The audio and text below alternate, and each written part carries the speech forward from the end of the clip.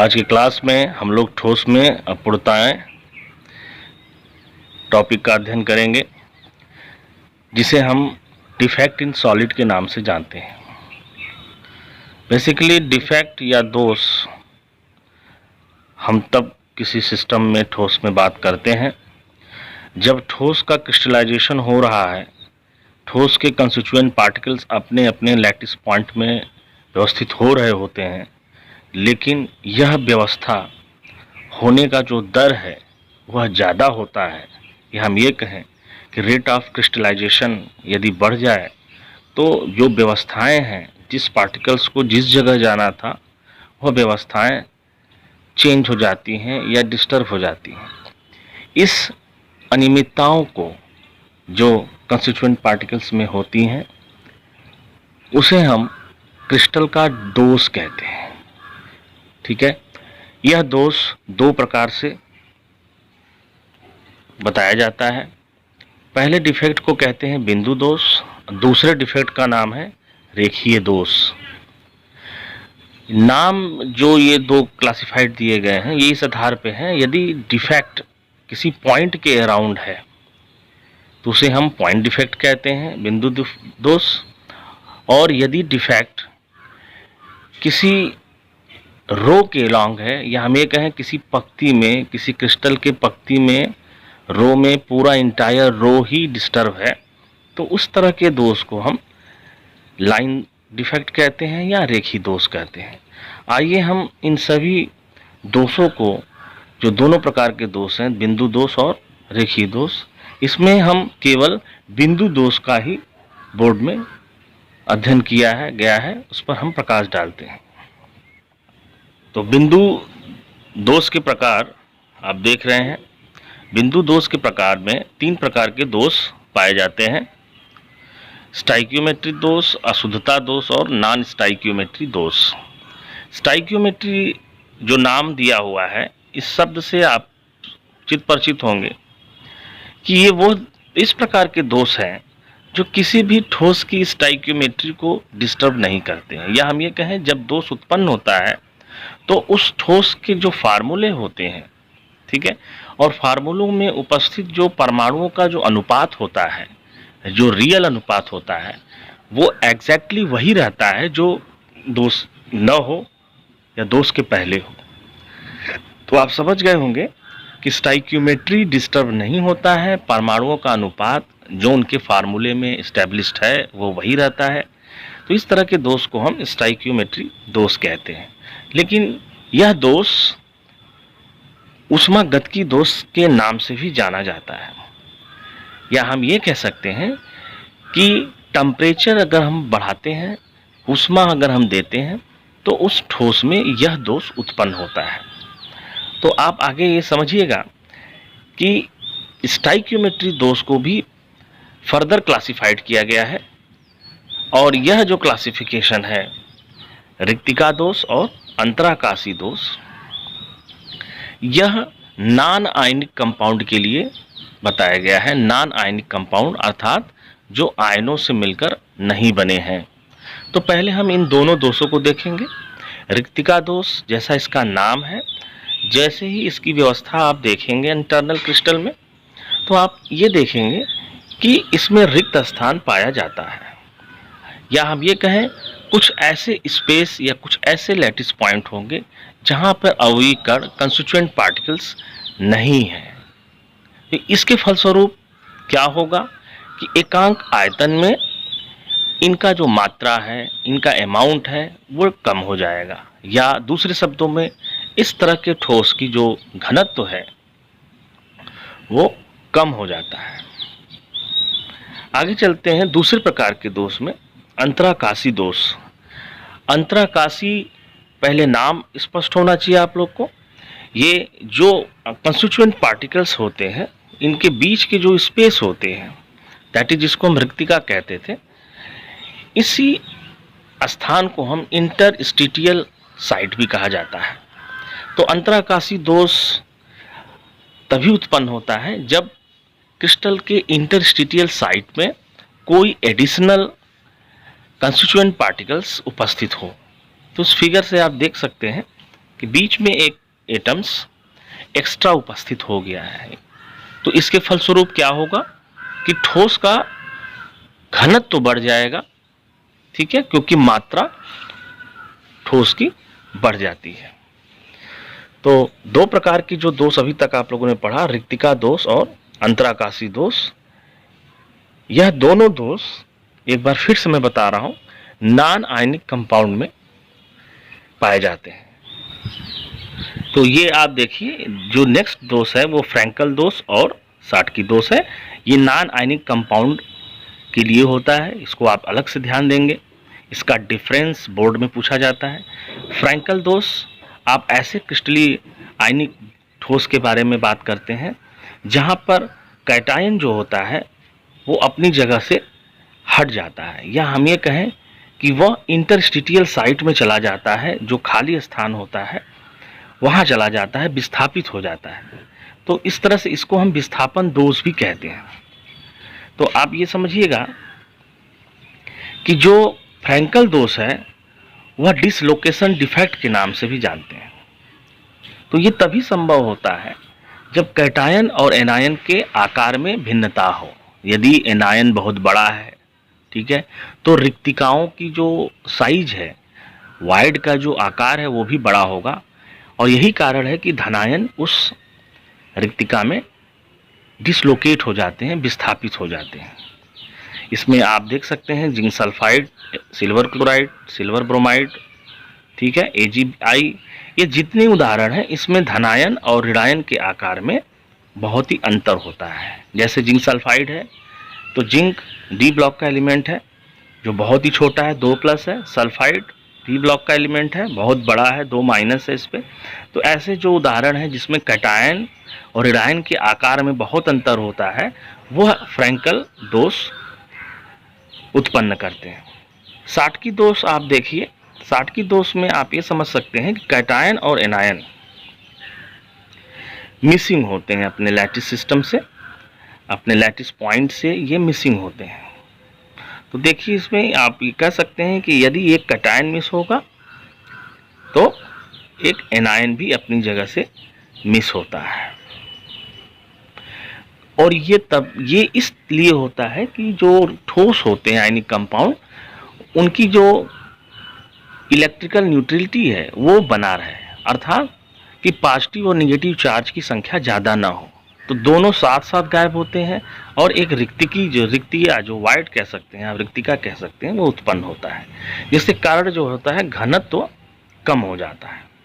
तो फ्रैंकल और साटकी डिफेक्ट में आप ये समझिएगा कि फ्रैंकल डिफेक्ट में घनत्व जो होता है वो कम नहीं होता है, ठीक है, क्योंकि जो उनके अवयवी कण होते हैं उसी क्रिस्टल में ही रहते हैं, और जबकि साटकी डिफेक्ट में उनके जो अवयवी कण होते हैं वो रिमूव हो जाते हैं, उस क्रिस्टल में रहते ही नहीं हैं, बाहर हो जाते हैं, तो ये रिक्तिका बनाते हैं। तो ऐसे ये जो साटकी डिफेक्ट में आप कह सकते हैं कि इसमें जो मेन इंपॉर्टेंट पॉइंट है कि धनायन और ऋणायन का आकार लगभग समान होना चाहिए। तो क्योंकि इस कंडीशन में आप ये समझ रहे होंगे कि यदि धनायन और ऋणायन बराबर होंगे तो इतनी बड़ी रिक्तियाँ नहीं होंगी कि जिसमें धनायन जाके फिट हो जाए, ठीक है। और उदाहरण के तौर पे आप देख सकते हैं जितने एल्कली हैलाइड की लवण है, NaCl, KCl, CHCl, ठीक है, ये सभी साटकी दोष देते हैं। और इसमें एक उदाहरण है AgBr जो कि दोनों दोष दिखाता है, ये बहुत ही इंपॉर्टेंट। आगे आप देखें, ये नेक्स्ट सेगमेंट है पॉइंट डिफेक्ट का, इम्प्योरिटी डिफेक्ट, अशुद्धता दोष। जैसे इसका नाम है, यदि कोई small amount of ionic compound is added in the ionic crystal lattice, या आप ऐसे समझें कि NaCl का अगर कोई क्रिस्टल है जिसमें आप ये देख रहे हैं व्यवस्था, इस व्यवस्था में अगर आप बहुत ही कम अमाउंट में SrCl2 मिलाते हैं तो आप पाएंगे कि Sr क्योंकि डाईवैलेंट है, Sr के ऊपर 2+ आवेश है, वह उस क्रिस्टलीय व्यवस्था में जब फिट होता है, ठीक है, तो वो एक सोडियम का स्थान लेगा, या हम ये कहें कि वह जालक बिंदु जहाँ सोडियम बैठा था वहाँ स्ट्रांसियम ने उस स्थान को ग्रहण किया है। इसके फलस्वरूप क्या होगा कि इलेक्ट्रिकल न्यूट्रलिटी, विद्युत उदासीनता मेंटेन होने के लिए एक साइट जो होता है धनायन का वो खाली हो जाएगा। इसको हम धनायन रिक्तिका के नाम से जानते हैं। अब ये खाली क्यों होगा? क्योंकि Sr पे 2+ है, तो Sr एक Sr आयन 2 सोडियम आयन को बैलेंस कर सकता है, या हम ये कहें कि उस क्रिस्टलीय व्यवस्था में एक रिक्तिका धनायन की बनी होगी, रिक्त हो जाएगी। तो ये आप समझ लीजिए कि अशुद्धता दोष में हम धनायन रिक्तिका उत्पन्न होती है। ठीक है, इस तरह के उदाहरण आप देख सकते हैं जब हम सिल्वर क्लोराइड में कैडमियम क्लोराइड मिलाते हैं। तो आप इस टॉपिक को ऐसे समझिएगा कि हम इसको मिलाते कैसे हैं। मिलाने का तात्पर्य ये है कि NaCl कूप में आप SrCl2 मिलाए, इसके बाद इसको आप गलाए, और गलाने के बाद धीरे धीरे इसका क्रिस्टलाइजेशन जब आप करते हैं तब ये व्यवस्था बनती है। ठीक है, आगे हम लोग आएंगे मेट्री दोष। इसमें इस तरह के पदार्थ जब दोष उनके अंदर, किसी ठोस के अंदर दोष पाया जाएगा तो उनकी स्टाइकियोमेट्री डिस्टर्ब हो जाती है। NCERT ने यहाँ पे ये लाइन गलत लिखा है, इसको आप लोग एक बार ध्यान से समझ लेंगे।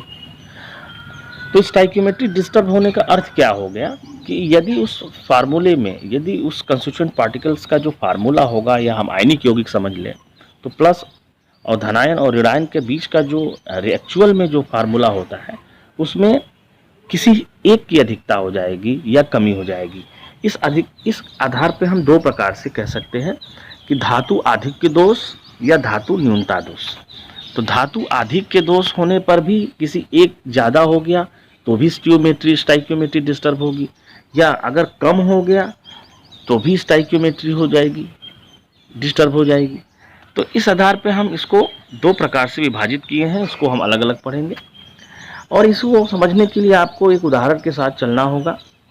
मान लेते हैं ये NaCl का एक व्यवस्था है, क्रिस्टल है, और NaCl के क्रिस्टल में को हम अगर सोडियम वेपर के साथ हीट करते हैं तो होता क्या है कि ये सोडियम क्लोराइड का जो क्रिस्टल है ये पिघलेगा, और इसमें से जो क्लोराइड आयन होते हैं वो अपना जगह छोड़ के सतह पर सोडियम के साथ ज्वाइन करने चले आते हैं, और उसी समय सोडियम आयन अपने इलेक्ट्रॉन का त्याग करता है और वह उसी इलेक्ट्रॉन को उस एनायन की जगह पे भेज देता है।